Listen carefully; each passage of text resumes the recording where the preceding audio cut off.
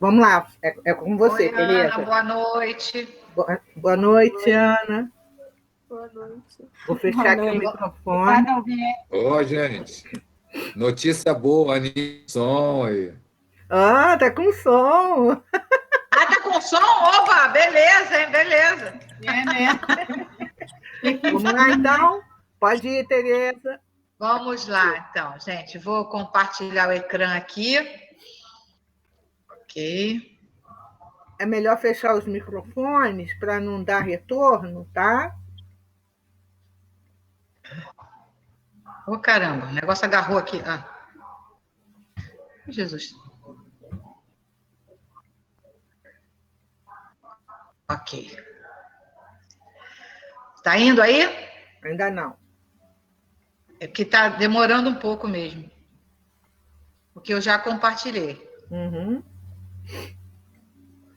Na hora que aparecer, vocês me falam. Porque senão eu ficar abrindo aba, vai ficar mais pesado ainda. Tá aparecendo. Apareceu. Pronto. Apareceu isso. É que, na verdade, ele demora um pouco mesmo. Agora já entendi do macete do negócio. Vamos lá, vou botar aqui para a apresentação dos slides. Semana passada, a gente tinha parado nessa fala de André Luiz, que eu tinha feito esse link, né? Com essas páginas do Evolução em Dois Mundos, quando André Luiz explica a forma de alimentação dos desencarnados e as suas consequências fisiológicas. Mas as consequências fisiológicas eu vou deixar para depois. Porque aí é um outro assunto, né? A gente vai chegar só até a alimentação. Aí ele aqui lembrava, né, que quando a pessoa, né, quando o espírito desencarna, né, e tem o seu psicossoma muito arraigado às sensações terrestres, ele, quando desencarna, ele fica muito próximo à família, ao círculo familiar, de amizade e aos gostos, aos seus churrascos, às suas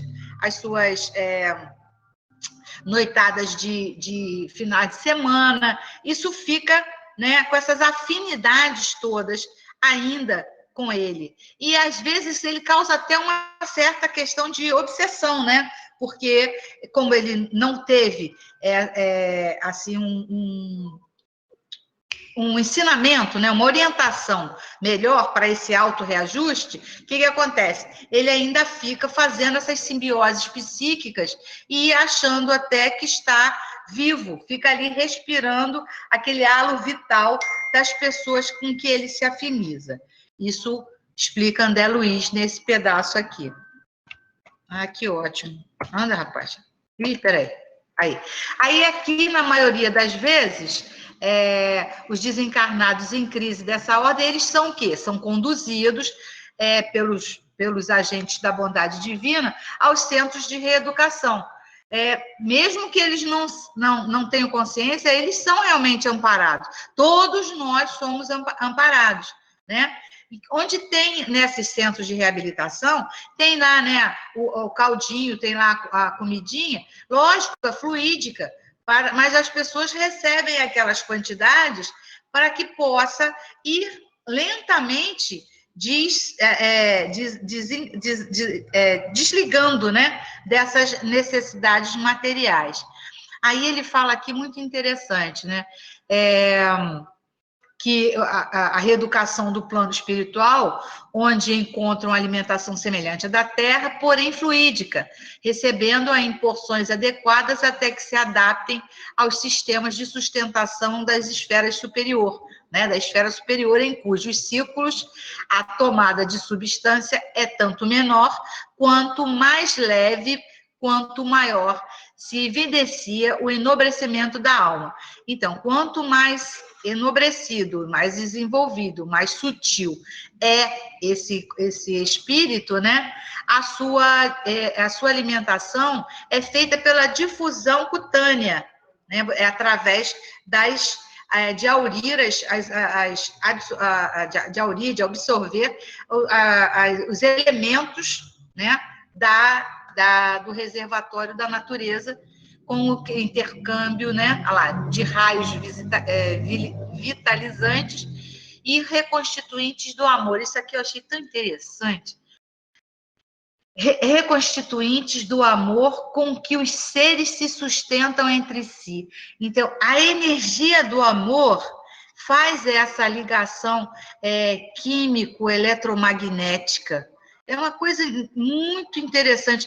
A gente não tem noção do que é o sentimento de amor, né? A gente realmente não tem noção. A profundidade que é esse amor, né, incondicional, abrangente entre os seres, que alimenta, sustenta os seres em simbiose, né, em situações equivalentes, né?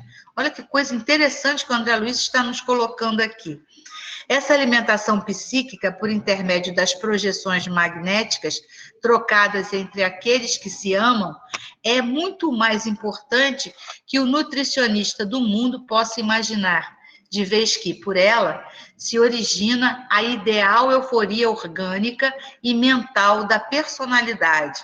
Daí, porque toda criatura tem necessidade de amar e receber amor para que se lhe mantenha o equilíbrio geral. Até o equilíbrio, né, psicológico, não só o estrutural, organizacional, né, mas o funcional, mas também o equilíbrio mental.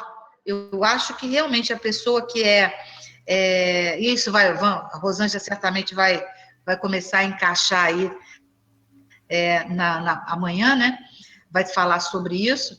Realmente desequilibra e a pessoa precisa se auto-reajustar mesmo, ter consciência dessa situação e se reajustar. Tereza, Fala, Rô.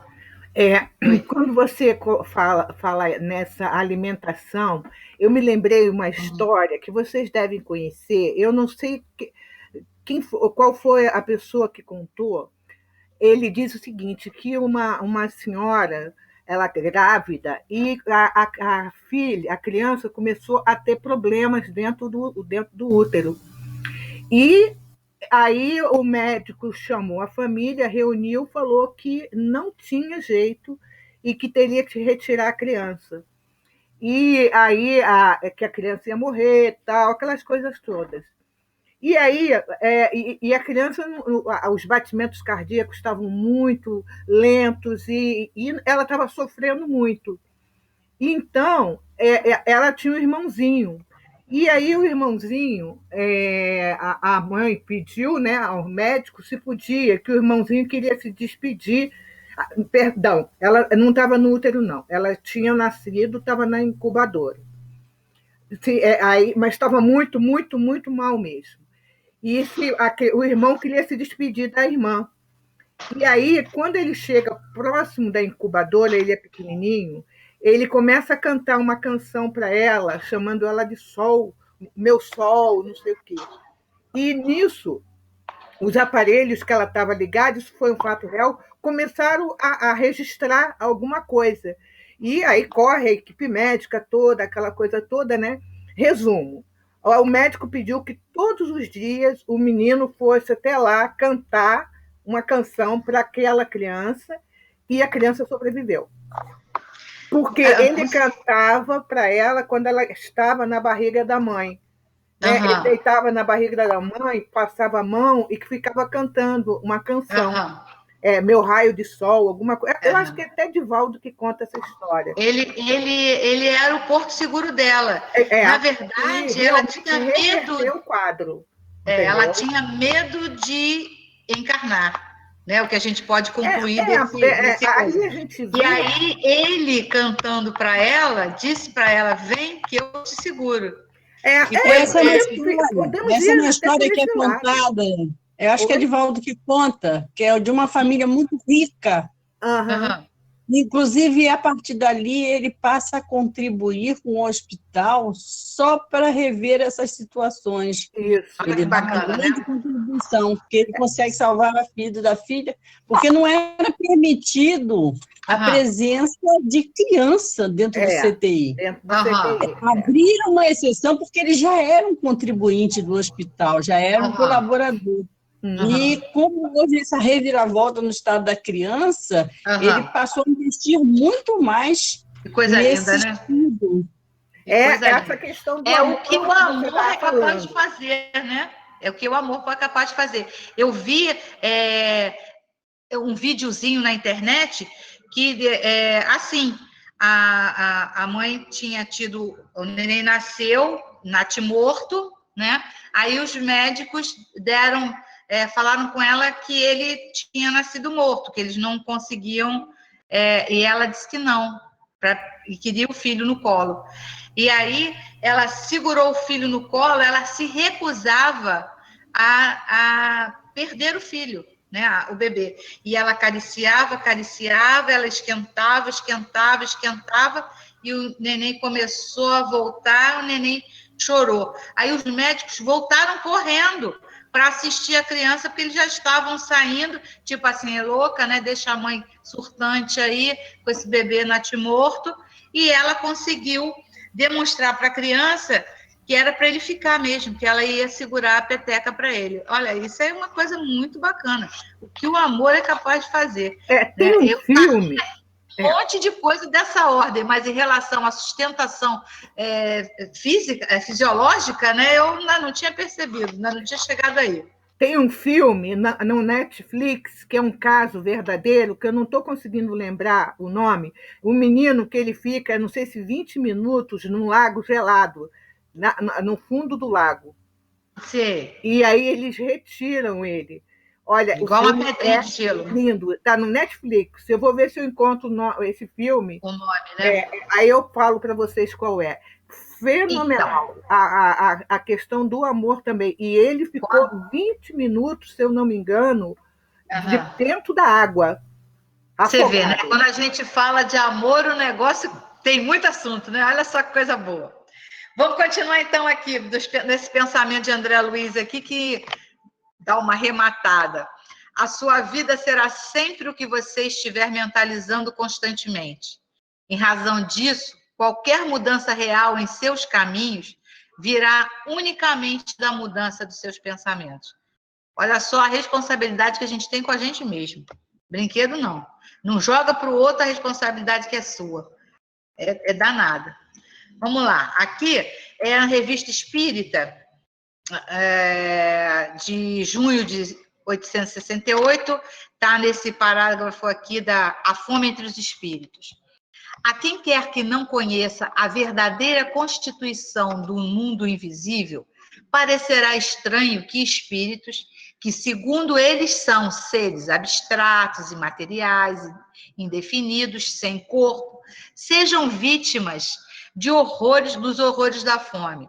Mas o espanto cessa quando se sabe que esses mesmos espíritos são seres como nós, que têm um corpo fluídico, é verdade, mas que não deixa de ser matéria, que deixando seu envoltório, seu invólucro carnal, certos espíritos continuam a vida terrestre na vida espiritual, com as mesmas vicissitudes, durante um tempo mais ou menos longo. Isto parece singular, mas e a observação nos ensina que tal é a situação dos espíritos que viveram mais a vida material do que a vida espiritual, situação por vezes terrível, porque a ilusão das necessidades da carne se faz sentir e tem todas as angústias de uma necessidade impossível de satisfazer. Aqui é o Lavater, também revista espírita, sobre o estado da alma após a morte. As necessidades experimentadas pelo espírito humano durante seu exílio no corpo material continuam as mesmas logo após que o deixou. Sua felicidade consistirá na possibilidade de poder satisfazer suas necessidades espirituais. Sua desgraça na impossibilidade de poder satisfazer seus apetites carnais num mundo menos material. Gostaria de dizer a cada homem: analisa a natureza de tuas necessidades, dá-lhes o valor verdadeiro, dá-lhes o seu verdadeiro nome. Pergunta a ti mesmo: são admiráveis no mundo menos material? Podem aí encontrar sua satisfação? E se verdadeiramente aí pudessem ser contentadas, seriam as que um espírito intelectual e imortal possa honestamente confessar e desejar a sua satisfação, sem sentir uma profunda vergonha diante de outros seres intelectuais e imortais como ele? Olha que perguntazinha capciosa, né? É aquela coisa, você pode se apresentar ou vai ter vergonha? Ó, eles aqui estão falando isso, o Lavater aqui está falando, tá vendo? Vamos lá, vamos seguindo mais para frente aqui. Qual foi a metodologia aplicada, né, pelo governador? A Ilísias. Nesses períodos, os opositores da redução multiplicavam-se acusações. O governador, porém, jamais castigou alguém. Convocava os adversários da medida ao palácio, né, e expunha-lhe paternalmente os projetos e finalidades do regime. Destacava a superioridade dos métodos de espiritualização, facilitava aos mais rebeldes inimigos do novo processo variadas excursões de estudo em planos mais ou menos mais elevados que o nosso, de nosso lar, ganhando assim maior número de adeptos. Aí a perguntinha: como poderíamos definir os métodos utilizados pelo governador para implementar tão difícil objetivo? Muito mais do que uma estratégia. A superioridade dos métodos de espiritualização do governador, sustentado por sua própria visão e sentimento elevado, intencionava engrandecer a compreensão daqueles espíritos ainda tão materializados em seus hábitos. Assim, tipo nós, chegando lá em nosso lar. Mais ou menos assim. Racionalidade material. Antes, pausa mais longa, reclamei interessado. Continue, por favor, meu caro Lísias. Como terminou a luta edificante? Depois de 21 anos de perseverantes demonstrações por parte da governadoria, aderiu o Ministério da Elevação. Olha só, o Ministério da Elevação, que já trata um pouquinho melhor, né? Não é nem da regeneração, nem da auxílio, já está no terceiro passo, né? Passando a abastecer-se apenas do indispensável. O mesmo não aconteceu com o Ministério do Esclarecimento, que demorou muito a assumir compromisso, em vista dos numerosos espíritos dedicados à ciência matemáticas que ali trabalham. Eram eles os mais teimosos adversários, mecanizados nos processos de proteínas e carboidratos, imprescindíveis ao veículo físico, note bem. Não cediam terreno nas concepções correspondentes daqui. Semanalmente, enviavam ao governador longas observações e advertências, repleta de análise e numerações, atingindo, por vezes, a imprudência, ou seja, a indiscrição. Né? Ô, Tereza. Fala, amor. Tereza. Fala, esses 2 últimos parágrafos você já tinha lido. Já? Na outra aula, Então a gente pode pular mais para frente, né? Não me lembro, não sei se você voltou a eles, também não sei. Mas eu posso ter me confundido, achei que estava mais para cima. Não, Tereza, idade normal, que se tiver... Eu também senti isso para sentir, mas dá continuidade normal, que é bom até reprisar mesmo, se for o caso. Eu não tenho... tá. Não, então vou andar mais rapidinho aqui. Vamos lá. Não tenho certeza se houve repetição. Às vezes, na hora da gente colar, às vezes pode ser que cole mais... Não, é porque eu peguei... Quando eu rolei, eu achei que eu tinha parado ali, entendeu? Mas eu posso ter parado mais para baixo. Mas da onde começou está muito interessante. Então, vamos lá.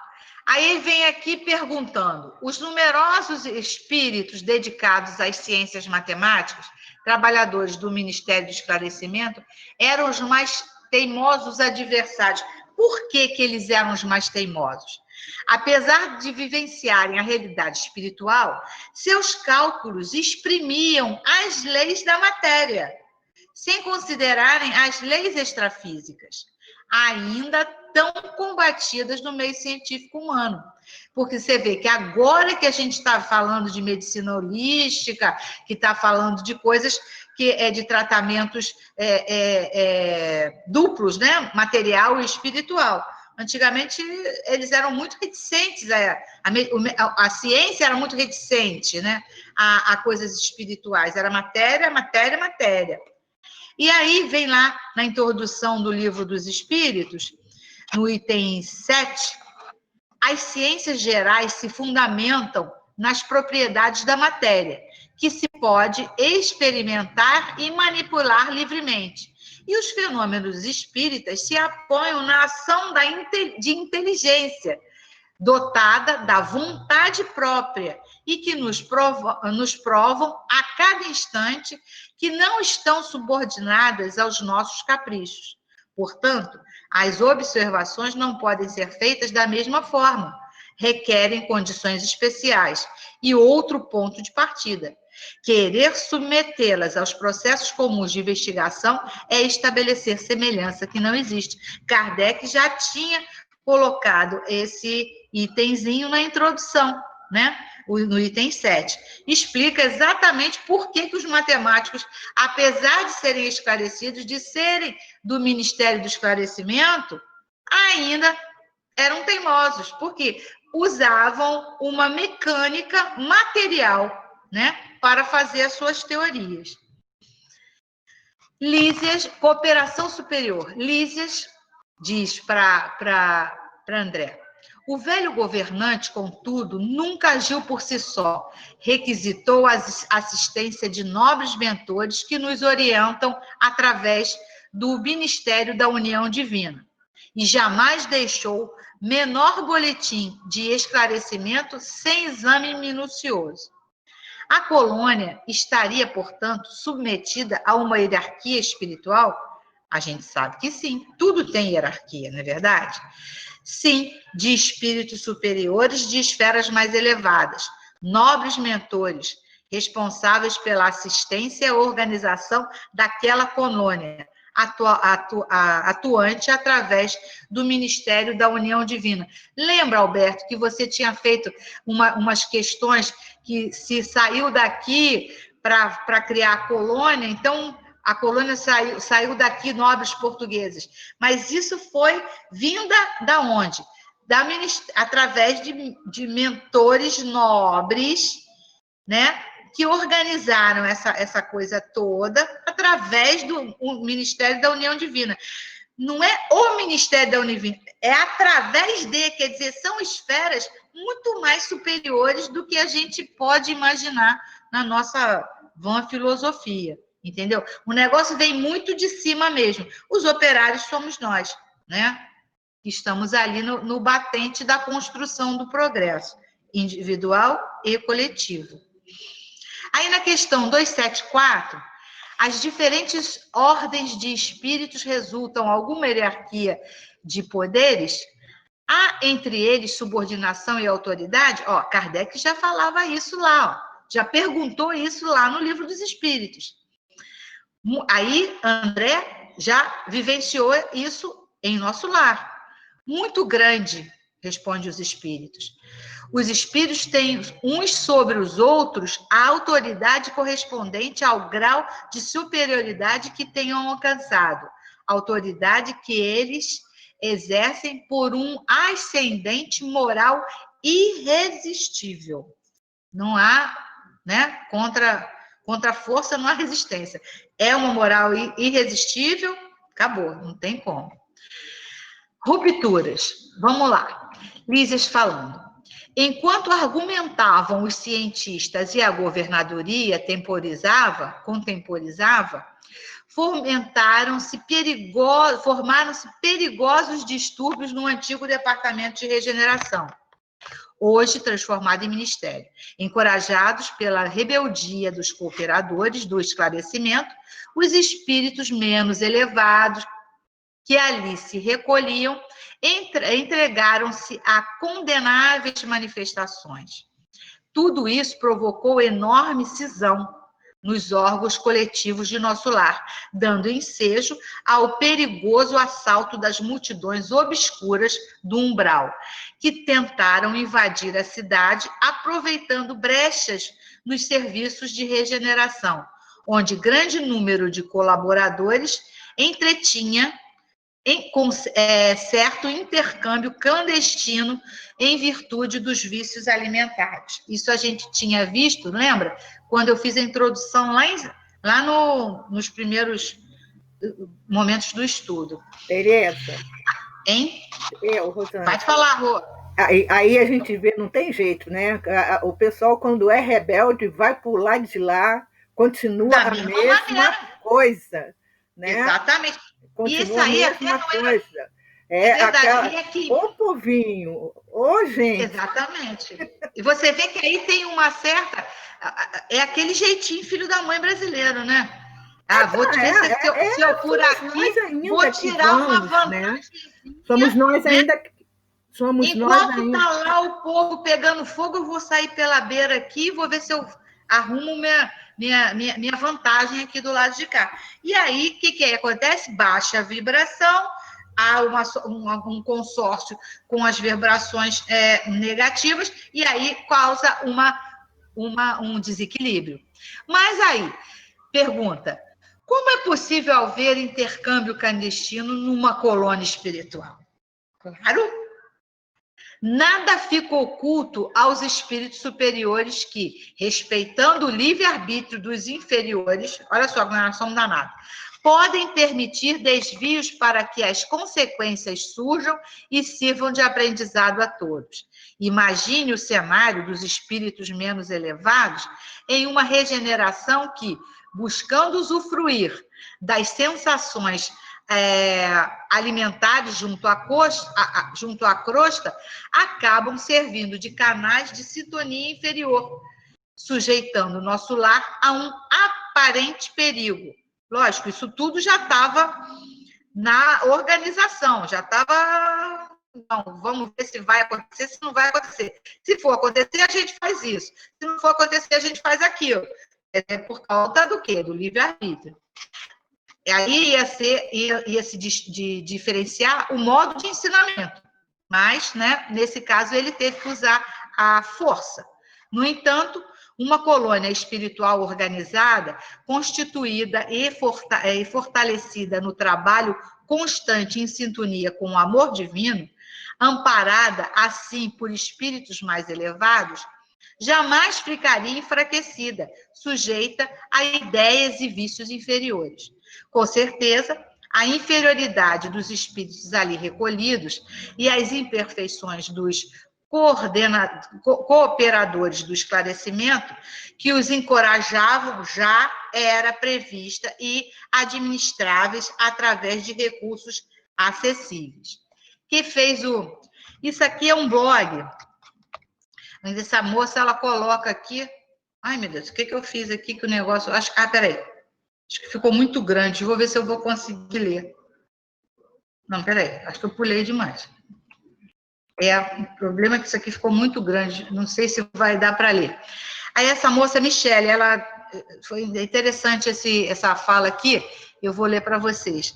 A alimentação está associada no psiquismo humano a todo um conjunto de fatores emocionais que vão além da simples manutenção da vida orgânica.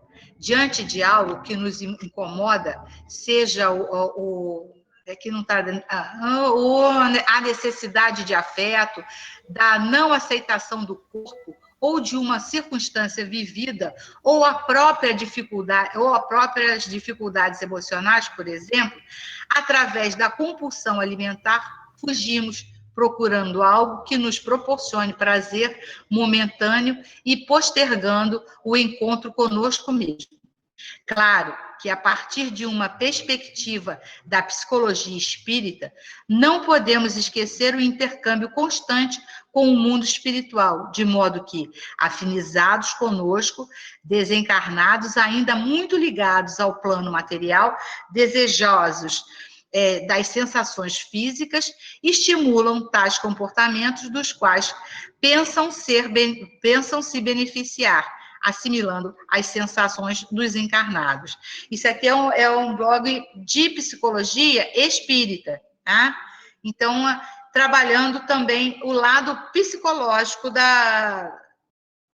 juntando, né, a teoria psicológica com a doutrina espírita. Aí aqui, mecanismo de defesa. Lísias explica, dado o alarme, que aí o samba descarrilhou, né? Então, vamos lá. Dado o alarme, o governador não se perturbou. Ele já estava há mais de 30 anos trabalhando nisso, ele não ia se perturbar agora, né? Terríveis ameaças pairavam sobre todos. Ele, porém, solicitou audiência ao Ministério da União Divina e, depois de ouvir o nosso mais alto conselho, mandou fechar provisoriamente o Ministério da Comunicação. Determinou funcionassem todos os calabouços da regeneração para isolamento dos recalcitrantes. Aqui, não vai? Então vai ficar tudo lá no calabouço. Advertiu o Ministério do Esclarecimento, cujas impertinências suportou mais de 30 anos consecutivos. Proibiu temporariamente os auxílios às regiões inferiores e, pela primeira vez em sua administração, mandou ligar as baterias elétricas das muralhas da cidade para emissão de dardos magnéticos a serviço da defesa comum. Lógico, ele não teve nenhuma ostensiva agressão em relação ao pessoal, ele só se mandou se guardar, né? Para que os espíritos inferiores ficassem com medo. Tratando-se de uma colônia de paz, não seria contraditória a utilização de mecanismos ostensivos de defesa? A manutenção da paz e a harmonia nas regiões ainda bem próximas à costa terrestre, mas onde se congregam forças do bem, necessitam de proteções magnéticas eficazes que as defendam de investidas inferiores. Aí, aqui na Cidade do Além, né, da Eigorina, circundando, que aí ela fala, né, circundando toda a cidade, a colônia Nosso Lar, está a grande muralha protetora, onde se acham assestadas, posicionadas, as baterias de proteção magnética, para a defesa contra arremetidas dos espíritos inferiores. O que não deve estranhar, porque, como sabemos, a cidade está situada numa esfera espiritual de transição, abrigando espíritos que ainda devem se reencarnar. Compreensão. Lísias continua. Não houve combate, nem ofensiva da colônia, mas resistência resoluta. Por mais de 6 meses, olha só, os serviços de alimentação em Nosso Lar foram reduzidos à inalação de princípios vitais da atmosfera através da respiração e água misturada a elementos solares, elétricos e magnéticos. A colônia ficou, então, sabendo o que vem a ser a indignação do espírito manso e justo. Findo o período mais agudo, a governadoria estava vitoriosa. O próprio Ministério do Esclarecimento reconheceu o erro e cooperou nos trabalhos de reajustamento. Houve nesse nesse momento, regozijo público e dizem que, em meio da alegria geral, o governador chorou sensibilizado, declarando que a compreensão geral constituía o verdadeiro prêmio ao seu coração. A cidade voltou ao movimento normal. Aí a gente chega aqui e faz a perguntinha. O quanto devemos manter uma atitude conciliadora diante do comportamento de conflito? O exemplo da mansidão e justiça do governador de Nosso Lar, devemos perseverar sempre no amor, na paz e na harmonia. Só que ele é o governador, né, gente? Isso fica muito difícil para a gente. Mas é uma lição de comportamento, de atitude conciliadora. Às vezes a gente é obrigado a ficar quieto, né? E é tão difícil isso. Esse trabalho todo do governador me deixou assim bastante sensibilizada e com bastante questionamento. Aí vamos aqui, otimismo em Joana de Ângeles, né? Mansidão e piedade, ela fala: se caminhas sob chuvas de impropério e maldições, cultiva a mansidão e exercita a piedade. Se atravessas provas rudes, assoalhadas por aflições contínuas, guarda-te na mansidão e desenvolve a piedade. Se sofres agressões prolongadas, que se não justificam, permanece com mansidão e desenvolve a piedade. Caraca, como é difícil isso.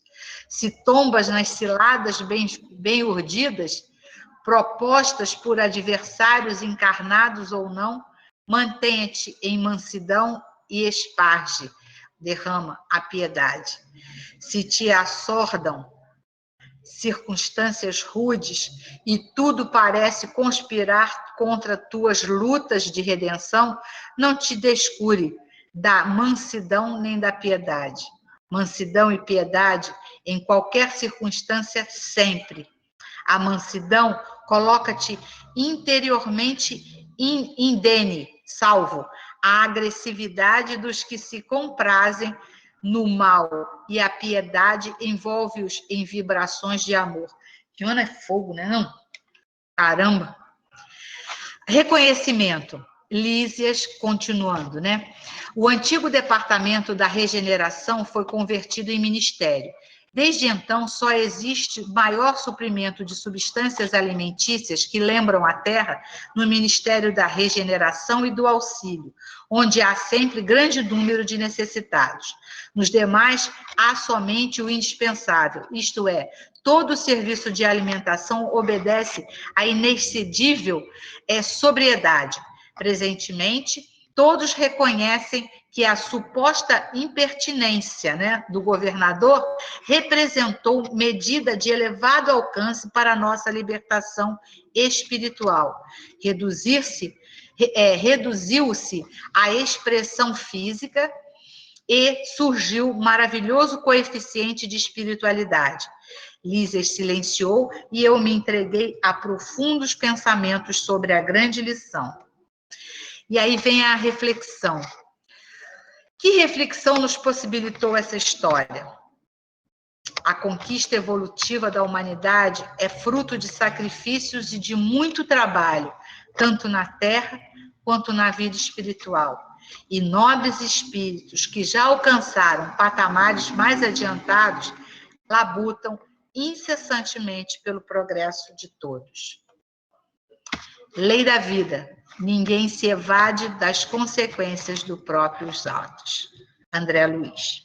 E aí, a gente chegou ao fim.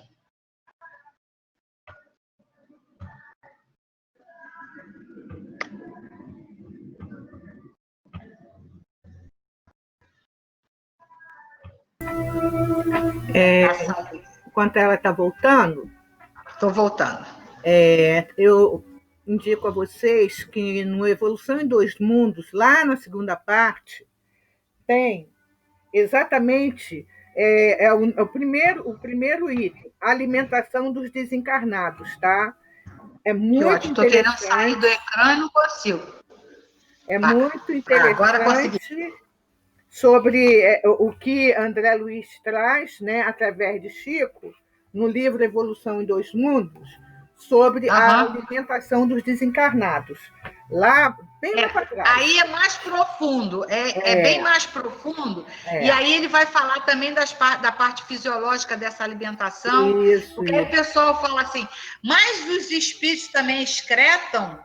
Excretam. Eu só não vou continuar porque não é o momento agora. Mais para frente a gente fala. Mais para frente a gente acontece de forma fluídica, porque nós somos matéria também. O nosso psicossoma, né, o nosso perispírito, ele é uma matéria que envolve o nosso espírito. Então, por ele ser fluídica, ele também tem as suas necessidades, muito menores do que as nossas enquanto encarnados, porque esse nosso corpo de carne é um corpo pesado que precisa de substância alimentícia maior, né? Porque aí dá a pergunta lá, a gente pode viver de cheiros, Não, gente. O nosso corpo material não nos permite isso. Porém, desencarnados, a gente vai ter, estamos vivendo aquele corpo dentro, nosso espírito está vivendo naquele psicossoma, naquele perispírito. Então, ali ele vai ter uma condição de fruir essa energia e alimentar essa energia fluídica, porque na condição também fluídica que se encontra esse perispírito. Há necessidade que a gente tenha essa consciência da diferenciação dos mundos em que nós estamos contidos, inseridos, né? Que aí muda o corpo, muda a matéria, muda a maneira de trabalhar, muda a maneira de se alimentar, muda a maneira de caminhar, tipo, volitar, né? A gente pode passar de lá para cá, porque é uma maneira... não precisa mandar de pezinho, né? A gente tem um nível de volitação. Cada um tem um nível de volitação também de acordo com o nosso desenvolvimento, com o nosso entendimento, né? Esse sentido vai estar mais desenvolvido ou menos desenvolvido de acordo com a consciência que a gente tem dele. Mesma coisa em relação à comida, de acordo com a consciência que a gente tem do estado que a gente se encontra. Aí, tem dúvida? Alguém quer perguntar alguma coisa? Porque a gente... Hoje eu acabei cedo, viu? Hoje eu consegui. É por isso que, né, Tereza? Eu fico sem relógio, aí eu fico doida. Não sei se eu estou andando, se eu estou demorando. Não, ainda tem alguns minutos. Ainda tem uns 17 minutos, acho que. Aí, Tereza, a gente cai naquilo que a gente estava no comecinho, conversando, brincando, né? Mas que é verdade, nós cuidarmos da nossa alimentação a partir daqui, né? Então, nós sabemos que, lógico, o corpo ele necessita de certos elementos que precisa, tal, mas é aquele tal negócio. A gente tem que começar a trabalhar, principalmente nós que estudamos, que conhecemos e sabemos, né? Evidentemente, temos que trabalhar essa questão da alimentação. Primeiro, hoje a ciência comprova, por exemplo, o consumo exagerado de carne vermelha faz mal. Não faz mal o espírito, não, faz mal o corpo físico também, né? Alguém que, lógico, que saiba melhor sobre isso pode até colocar. A gente sabe disso daí, né? Então, esse trabalho de alimentação, e a gente, quando vê, né, o que passou em nosso lar, evidentemente, eles tinham um plano B, lógico que tem. Né? Eles obrigados a usar a força, né? Ele levou 30 anos para usar a força, porque ele andou para estudar em outras esferas, ele fez uma gama usou uma gama de atitudes, né, de convencimento. O sujeito estava ali, recalcitrante ali naquele, né? Até que foi obrigado a dizer, não, agora pode parar, que eu vou fechar essas fronteiras, vou botar as armas para frente, vou abrir os calabouços e vou botar todo mundo que não queira falar, vou acabar com essa comunicação aqui com os com os espíritos ainda inferiores, né? Vão acabar com isso aqui. Já que o bem não vai, vamos ser taxativos. Mas ele não foi taxativo com amor, né? Fala, Albertinho. Precisou de um choque de ordem.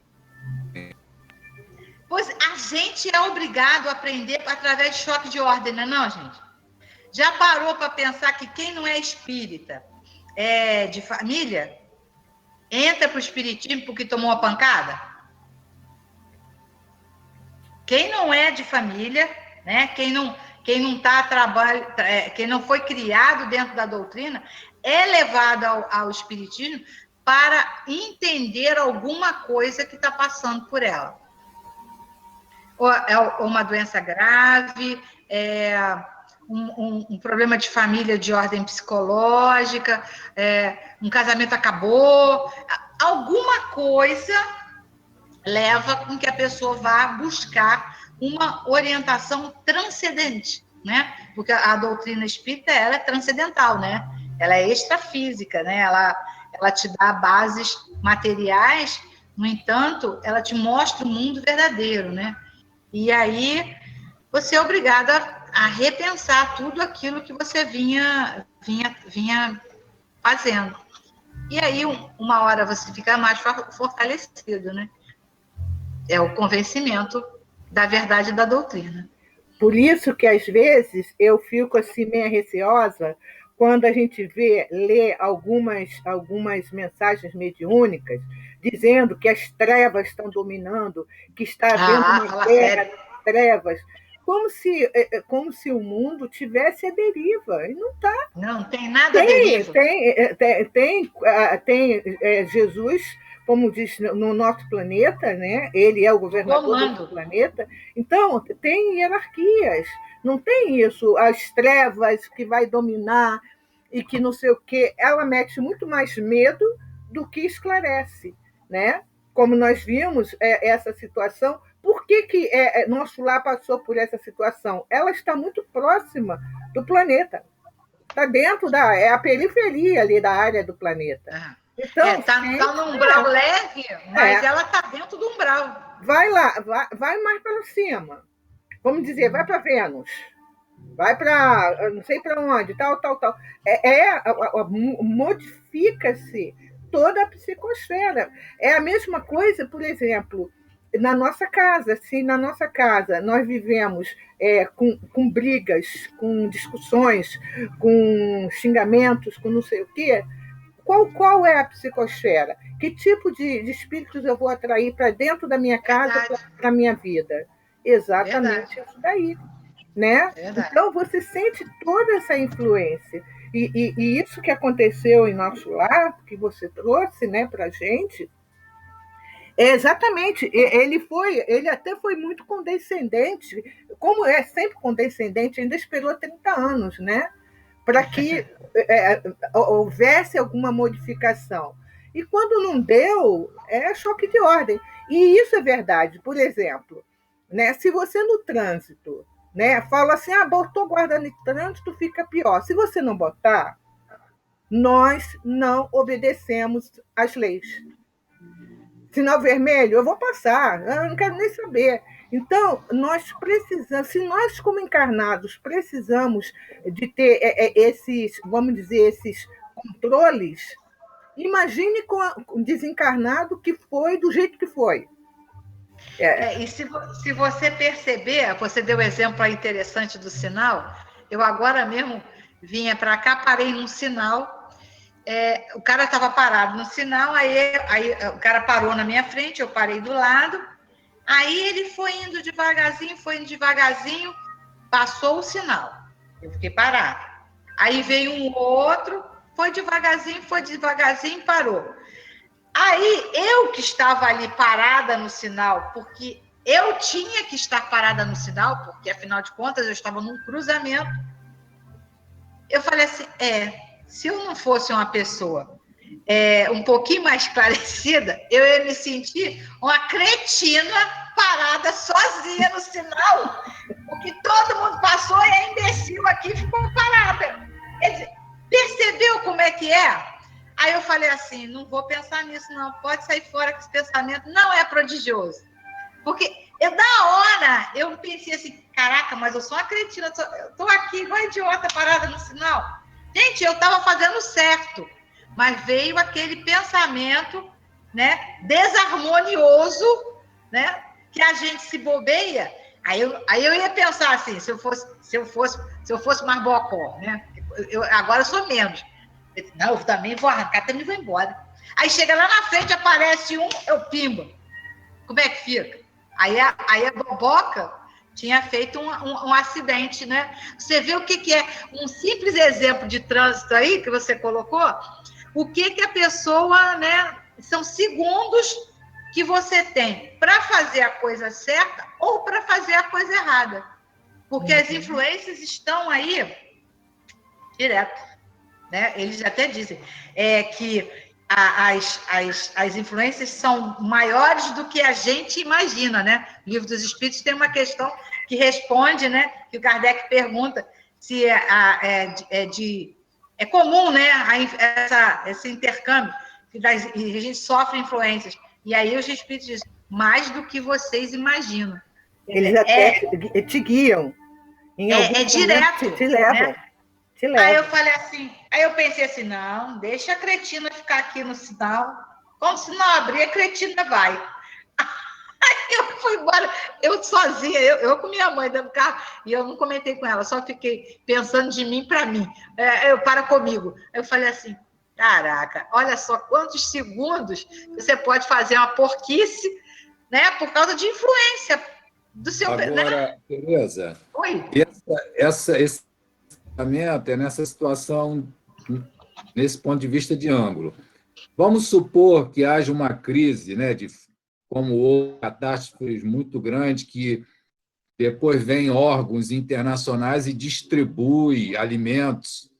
Se você não estiver atento, tu vai entrar naquela turba insana de querer buscar comida a qualquer custo, passar por cima das pessoas, amigas, vizinhos, parentes, para poder satisfazer o interesse. Essa atitude vigilante tem que ser em tudo da vida, até nos momentos mais difíceis. Verdade. Não é fácil. Não é fácil. Porque aí leva a uma questão de sobreexistência, né? Sobrevivência. Aí entra a parte primária, né? A parte animal ainda nossa. Que você está falando em uma questão de calamidade. Aí, meu filho, realmente o animal que existe em nós vai partir para cima e segurar o seu pão, segurar a sua fatia, porque nós não estamos preparados para vivenciar ainda esse tipo de privação. Porque a privação da fome realmente é um negócio cruel. Eu achei muito legal também no estudo de hoje, quando foi dito a necessidade de a gente amar e ser amado. Ah, sim. Porque, além das necessidades fisiológicas, a gente precisa desse alimento, né, do amor. Então, por isso que a gente precisa manter os nossos relacionamentos com laços de afeto, com cordialidade, com tolerância, com respeito, porque a gente necessita de ter e dar isso tudo. A gente precisa vivenciar esses laços de afeto, porque a gente é grupo. Eu, por exemplo, o teu estudo no... Eu não estou te vendo. Parou. Tira sua imagem, Alberto, porque está picotando. Parou. Repete o que você estava falando. Ele congelou. Ele congelou, congelou. Eu queria ver o que ele ia falar, mas... Não, ele vai voltar, aí ele vai continuar falando. Mas isso o que a sua experiência é interessante, porque nós pensamos, chega um momento que a gente acha assim, caramba, eu estou errada. O certo que se considera errado, né? Enquanto, na verdade, né, é uma questão de... Às vezes são segundos. Né? São segundos. Já aconteceu comigo de eu parar à noite no sinal e o carro passar e buzinar e me xingar num cruzamento. Eu falei, vai com Deus. Mentira, não falei, não. Mas você ia falar? Eu pensei. Não falei nada, eu fiquei braba, que eu ainda era tipo assim, né? Falei nada, não. Fiquei braba. O cara me xingou, poxa, né? Aí você né? Porque ainda tem essa coisa de você ter medo de ser assaltado, ter medo de ser... Tem, né? Tem. E aí acontecem acidentes por causa disso, porque você saiu imprevidentemente, né? São coisas complicadas. Aquele sinal que tem ali perto do São José, que não desce mais carro, só sobe. O que tem de gente que fica buzinando desesperado, vai por problema, eu vou fazer o quê? Se tem um sinal, tem sinal, ponto. Para. Aliás, aquilo ali é mais uma burrice da engenharia de trânsito de Teresópolis. Mas vai fazer o quê? Você tem que seguir. É uma caca no trânsito de Teresópolis que eu vou te contar. Nossa Olha, quando esperando o Alberto voltar, quando eu morei no Paraguai, eu morei na Minha fronteira. conexão caiu, ó. Caiu. A sua? Não, agora voltou. Opa, Alberto, chegou! Alberto. E deixa a sua imagem, então, sem imagem, porque picotou tudo. Fala o que você estava falando. Volta. Vamos lá, continua. Então, aí,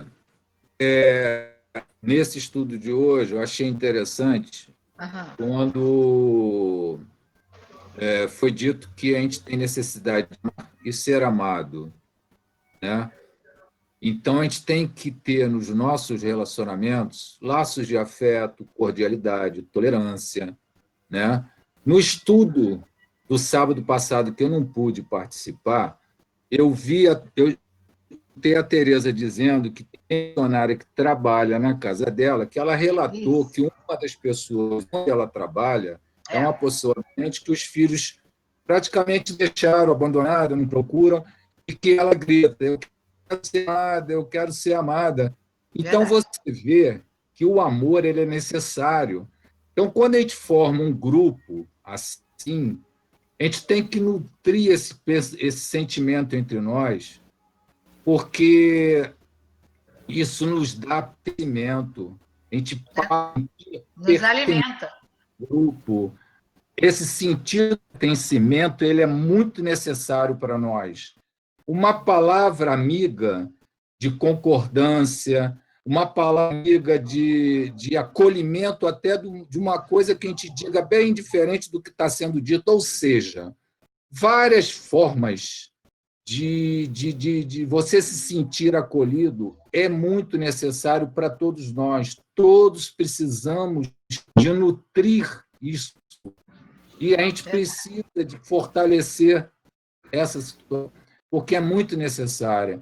Então, isso tudo me chama muita atenção, sabe? A necessidade de amar e receber. É como se fosse um alimento, o amor. Inclusive, o André Luiz falou realmente que é um alimento, que os nossos nutricionistas nem imaginam o furor orgânico, né, perispiritual que o amor faz entre os espíritos afins. Quer dizer, é incondicional, é uma coisa incondicional, né? Ela é imensurável. Amar é um negócio assim complicado. Difícil de ser administrado, mas começa daqui de dentro. Isso que eu ia dizer. Começa daqui de dentro. Esse ato não pode ser mecânico. Ele tem que vir do coração. Eu não vou agir para aparentar algo. Eu vou agir porque o meu sentimento brota para algo dessa natureza. Sim. E se a gente fica automatizado com a máscara, fazendo assim reconhecido como ideal praticar o afeto, a tolerância, fica uma coisa artificial. Tem que brotar de dentro, a gente agir com sentimento mesmo verdadeiro. Mas você sabe que esse tipo de coisa é um exercício diário, né? Você burilar os seus sentimentos, esse auto-amor, ele é um exercício diário. Porque se você não se ama, você não é capaz de transmitir amor. Então, é necessário que a gente consiga esse auto-amor, esse exercício constante, para que a gente se equilibre e, a partir desse nosso equilíbrio, mandarmos ondas equilibrantes para aqueles que nos rodeiam. Isso. Isso vai acontecer sem a gente perceber. Quando a gente olhar, quando você sentir que o seu auto-amor, você está praticando bem o seu auto-amor, você vai ver e parar e observar que tudo que roda em volta de você está fluindo bem. Por quê? Porque você está emanando ondas de amor. Não é, isso parece brega, né? Mas não é brega, não. Não. É verdade. Isso. Porque isso o amor é vibracional. Você transborda. Então, é como se fosse um copo de água, que você vai enchendo, e ele transborda. Agora, sejamos nós potes transbordados de amor.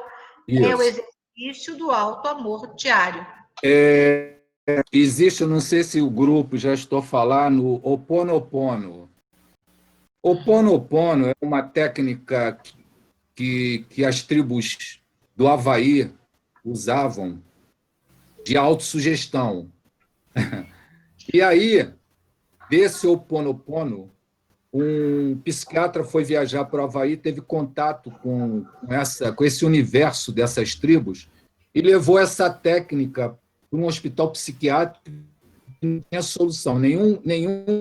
Nenhum paciente tinha condição de cura. Era condenado à loucura até morrer.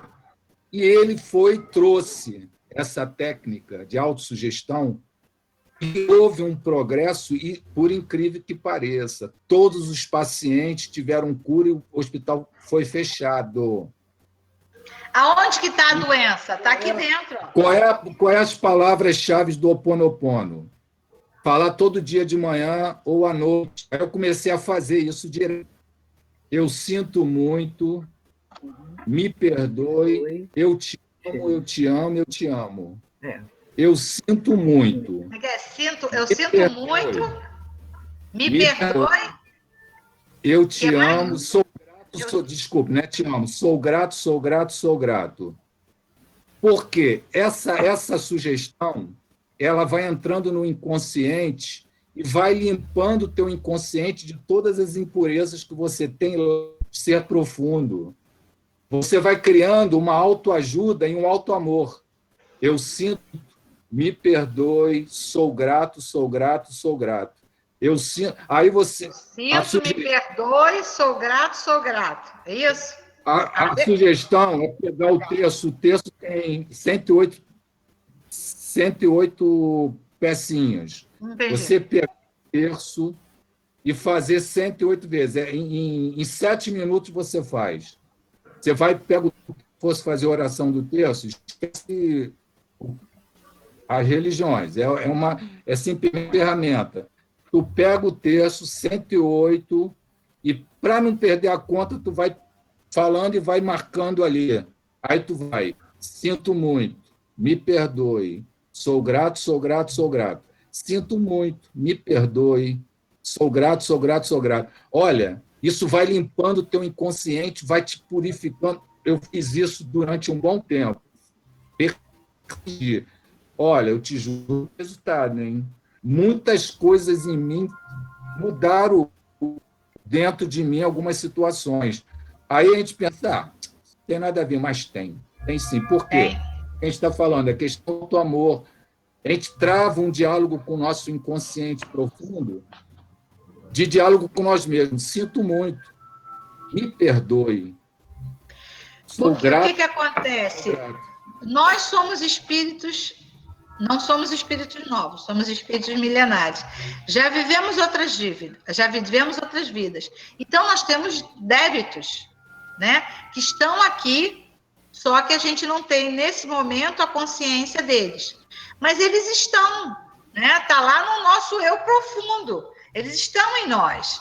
Então, é lógico que você, falando essas coisas assim, você consegue ir jogando e limpando aquela... Eu me perdoo, eu me perdoo, eu me perdoo. Né? Sinto muito, eu fiz errado. Isso vai ficar lá dentro. Eu acho isso super tranquilo. Na internet, o Ho'oponopono. É o Ho'oponopono. Eu vou pesquisar. É muito interessante isso mesmo. Né? Esse o Ho'oponopono tem até música, tem canção, às vezes eu coloco e fico ouvindo também. Né? Bem, vamos lá. Marisa, alguma coisa a colocar? sobre sobre o estudo de hoje, para a gente já estamos no nosso horário. Não tenho nada a acrescentar, porque eu acho que foi bem completo, né? Eu só queria dar um depoimento a respeito do que a Tereza falou, a questão que quando você entra no espiritismo por alguma coisa, algum momento, eu entrei já por conhecimento, não foi por dor. Ah, que bom! Pois é, aí eu gostaria de dar uma explicaçõezinha rápida, que eu acho que é o seguinte: você já falei que toda a vida é tudo católico completamente, mas as coisas começaram, aí começaram umas perguntas que não me respondiam e tal. Tinha uma amiga que era de Umbanda, e ela, uma fé, ela fazia muito, e aquilo me incomodava, mas ela falava em espírito, mas ao mesmo tempo tinha aquelas coisas concretas. Se era espírito, por que concretos? Aí meu pai desencarnou por derrame, por infarto fulminante. 40 minutos, ele começou a passar mal e desencarnou. E eu tinha uma colega de trabalho que era espírita. E ela vi que ela estava cheia de rodeios para falar comigo. Ela sabia que eu era católica, né? Cheia de rodeios. Aí ela chegou para mim e me perguntou se eu autorizava ela colocar o nome do meu pai lá no centro espírita que ela frequentava. Mas por quê? Aí ela ficou assim, não, é porque ele não sai da sua casa. Já tinha uma semana e ele continuava lá. Eu passava. Eu fiquei, sabe, sério que você ficar assim? Como? Como que meu pai está na minha casa? Eu não via, né? E aí, então você põe, né? Porque a essa altura já entrei meio que em pânico, né? Da história. E aí ela colocou o nome dele e aí me convidou para ir fazer uma prece, para ir, e era perto, o centro que ela frequentava era perto da minha casa. Eu fui e não saí mais. Aí comecei a compreender, né, o porquê que ele estava na minha casa, porque foi uma coisa tão repentina, entendeu? Por que ele não saía de lá? Enfim, aí aquilo tudo foi me respondendo aquelas perguntas todas que eu fazia, que não encontrava explicação, e daí fui engatinhando. Em relação ao meu caso, a Igreja Católica não tinha lógica nas coisas, né? A Trindade na Igreja Católica me incomodava demais. Como é que pode ser pai, filho, tinha algo errado ali. Em relação ao me incomodava naquela repetição, todo dia a mesma coisa, e ainda naquele tempo que era em latim, o padre de costas para gente. Eu não peguei latim, não, mas eu achava aquilo muito sem fundamento. Então, não tinha explicação para aquilo. Em relação à Umbanda, eu tinha um tio, né, que eles eram muito ligados à Umbanda.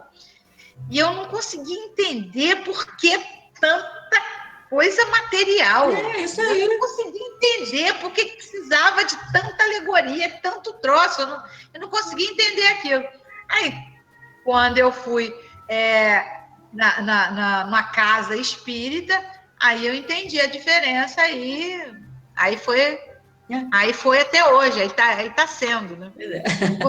Porque tem lógica, né? Tem fundamento.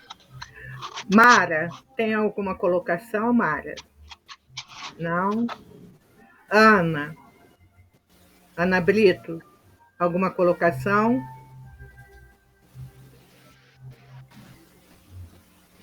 Não, foi ótimo tudo. E o que fica para mim é que o amor, né, que a gente tem que estar sempre desenvolvendo ele em tudo, né? Para que a gente possa transmitir uma coisa boa, né? Para aqueles que nos cercam, né? Em todo momento. É o amor, né? Esse respeito que a gente tem que ter com o próximo, né? Tá certo. Tá certo, querida. Flávia, alguma colocação, Flávia? Não, mais uma vez a gente quer a consciência pesada, né? De várias coisas que a gente faz. A gente lê nosso lar, a gente só fala, caramba, errei nisso, já errei naquilo. É uma forma da gente vigiar mesmo, tomar conta. Isso aí, isso mesmo, né? Vera Isaura. Tá tudo certo. Tá tudo certo. Mas tá tão quietinha, Verinha, gente. Célia, alguma colocação? Eu não sei se é muito, eu achei muito conteúdo. Podia ter sido menos conteúdo. Eu acho assim, eu vejo a coisa assim, sempre houve os dois mundos, o mundo físico e o mundo espiritual. A Terra não é o único mundo de provas e expiações ou mundo primitivo. Então, em todos esses orbes existem colônias, porque o universo é igual para todos. Então, essas pessoas que administram essas colônias dos outros mundos já são experientes, já sabem o que vai acontecer. E a gente aprende, sabe, que o corpo físico ele impressiona o perispírito, e o perispírito, obviamente, vai impressionar o espírito, e isso não cessa com a morte. Então, já é esperado que o homem, quando chegue do outro lado, chegue ainda com muito dessas impressões presas ao corpo espiritual. E que eles saibam como lidar com isso. Isso não deveria ser uma novidade para uma colônia em um mundo de provas e expiações, porque ela não é a única nesse universo imenso. E Kardec mesmo disse, a carne alimenta a carne. Há 150 anos atrás, há 150 anos atrás. Então, eu acho que deveria ter uma programação para aqueles espíritos que estão entrando no mundo espiritual, porque apesar da gente ter entrado e saído dele várias vezes, a gente passa por esse processo de esquecimento. Então, quando eu morrer agora, eu não vou me lembrar de imediato o que aconteceu da outra vez que eu morri, que eu fui lá e tomei sopinha. Eu vou me lembrar que eu comi carninha aqui, ensopadinho. Só que agora... Não, era isso. Mas só que agora a gente está tendo conhecimento. Sim, mas agora nós somos um segmento religioso que somos um dos menores que existe. Nós estamos, quando nós falamos nesse assunto, falamos de todos os espíritos, não falamos só dos espíritas. Nós somos um pequeno grupo. Isso. Então, e mesmo esse pequeno grupo, ainda, tu pega 50% e ele está ainda fora do esquema. Sim, tá. Mas aquilo então, eu acho que o governador já deveria estar um pouquinho mais bem preparado. Eu estou dando nota 50% para ele, tá? Eu, quando chegar lá, eu vou fazer o possível para me aceitar aquela aguinha, aquela sopinha. Mas... vai botar ela lá mas vou querer alguma coisa mais substancial. Mas foi muito bom, Tereza. Então, vamos lá. Vamos... Vani, quer falar alguma coisa? Só dá um oizinho.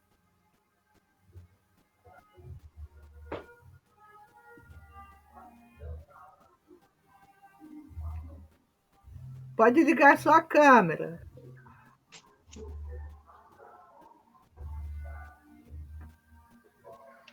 Não. Bem, ela acho que quer... Não. Então tá, vamos terminar então. Eu vou pedir a Ana, que está com o microfone agora, para fazer a nossa prece, né, Ana? Depois de tanto tempo. Vaninha, um beijo para você, um bom fim de semana, hein? Tá? Ana, faz a nossa prece de agradecimento, querida, por favor. Vamos sim, vamos fazer a prece. Vamos então ficar nessa sintonia tão gostosa de amor, de fraternidade, e que nós possamos espargir esse amor no nosso mundo, né?